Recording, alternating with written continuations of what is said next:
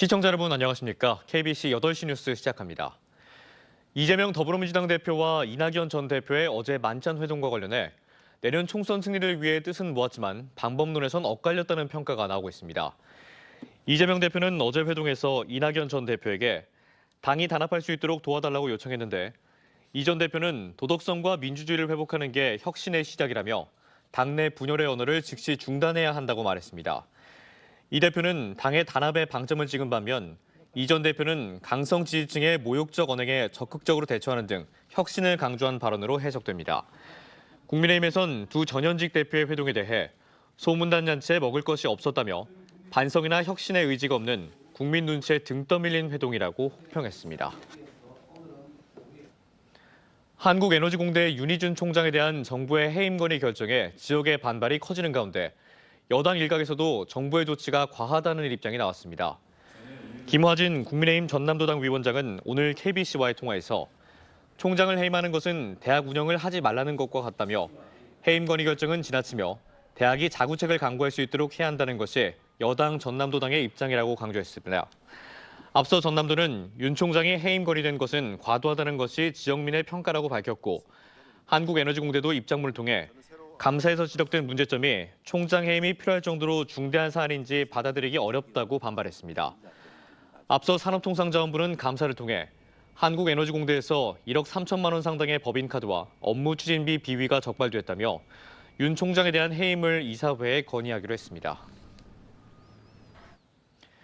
해양바이오산업 생태계의 중추적 역할을 담당할 완도 해양바이오 공동협력연구소와 해양헬스케어 유효성 실증센터가 문을 열었습니다. 해조류와 전복 등을 활용한 해양 바이오 산업의 본격적인 출발을 알린 현장을 고익수 기자가 취재했습니다. 해조류의 본고장 완도가 해양 바이오 산업 메카의 꿈을 현실로 만들기 시작했습니다. 해양치유센터가 들어선 명사심리 해수욕장 인근에 대학과 기업, 연구기관들이 참여하는 해양 바이오 공동협력연구소가 들어섰습니다. 기업 연구소 10개실과 스타트업 30개실을 비롯해 공동실험실과 동물세포 미생물 배양실을 갖췄습니다. 해양 바이오 원료를 이용한 각종 소재 개발과 화장품 등 향후 고부가가치 시장을 선점하는 역할을 할 것으로 기대됩니다. 여기에서 해조류를 이용해서 이제 건강기능식품과 의약품, 화장품 그리고 에너지를 생산을 하게 되는데요. 벌써 해조류를 이용해서 화장품을 개발해서 미국 등과 같이 세계 5개국에 수출을 하고 있고요. 연구소 준공과 함께 해양헬스케어 유효성 실증센터가 조선대 해양생물연구교육센터에 문을 열었습니다. 실증센터는 해조류 기반 기능성 소재의 유효성 평가를 통한 표준화 플랫폼 개발부터 건강기능식품과 의약품 등 소재 연구 개발, 더 나아가 사업화 지원까지 해양 바이오 통합 시스템을 구축했습니다. 바닷속에 감춰져 있는 무궁무진한 해양 어류뿐만이 아니고 해조류 또 이런 것들에 대한 성분 조사, 이걸 사업화 또 검증 이런 것 등을 통해서 아마 완도에 대해서 여러 가지 해양 산업에 대해서 도움이 될 것으로 기대가 되고 민관 산학협력 연구 체제로 해양 바이오 분야의 경쟁력을 끌어올리게 될 공동협력연구소와 유효성 실증센터. 해조류 특화 해양 바이오 산업을 미래 100년의 먹거리 산업으로 육성하기 위한 힘찬 첫발을 내딛었습니다. KBC 고익수입니다.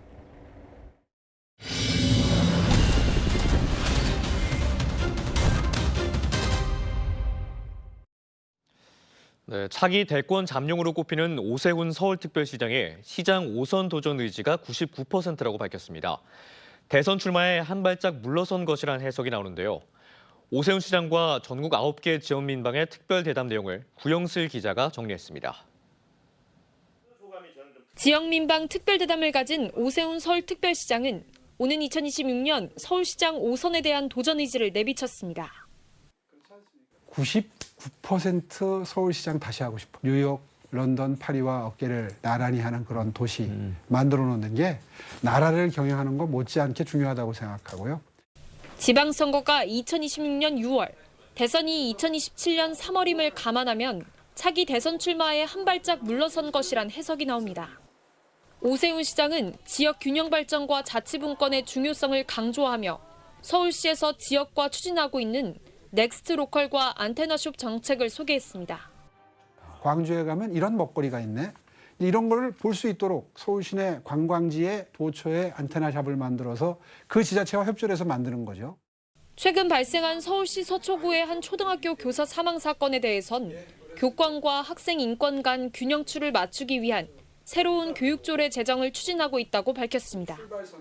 그거를 어느 한쪽에 치우침이 없이 이 교권 확립과 학생 인권 확립을 함께 내용으로 담는 그런 교육조례를 만들면서 전국 9개 지역민방 특별대담 오세훈 서울시장에게 듣는다는 내일 아침 7시 40분 방송됩니다. KBC 구영슬입니다. 광주 전남 지역에 닷새째 폭염특보가 이어지고 있습니다. 오늘 낮 담양의 최고 기온이 35.7도를 기록하는 등 곳곳에서 35도 안팎의 푹푹 찌는 무더위가 기승을 부렸습니다. 습도까지 높아 체감 최고 온도는 담양이 36.2도, 광주 광산이 35.8도를 기록했습니다. 오늘 밤엔 도심과 해안가를 중심으로 최저 기온이 25도 이상 유지되는 열대야가 나타나는 곳도 있겠습니다.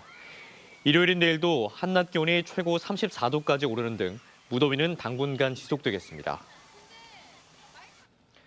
김영록 전라남도지사가 폭염에 수온까지 급격하게 상승함에 따라 전북 양식장을 방문해 고수온 대응 상황을 살폈습니다. 김 지사는 오늘 강진 마량해역 전북 양식장을 찾아 먹이 공급량 조절, 가두리 어망 관리 실태 등을 점검하고 어민들에게 재해보험 가입을 당부했습니다. 최근 3년 동안 전남에서는 고수온으로 3,800여 어가에서 184억 원 상당의 피해가 발생했으며 전라남도는 168억 원의 복구비를 지원했습니다. 정남진 장흥물축제가 오늘부터 다음 달 6일까지 탐진강 수변공원과 편백숲 우드랜드 일대에서 9일 동안 열립니다. 살치대첩 거리 퍼레이드로 시작한 장흥물축제는 초대형 온비 캐릭터와 멀티미디어 그라운드를 올해 처음 선보이고 지상 최대 물싸움과 황금 물고기 잡기 등 다양한 체험 프로그램이 이어집니다. 해남 땅끝 송호해변에서는 내일까지 여름 축제가 펼쳐지고 완도 신지 명사심리해수욕장에서는 비치 발리볼 대회가 열렸습니다.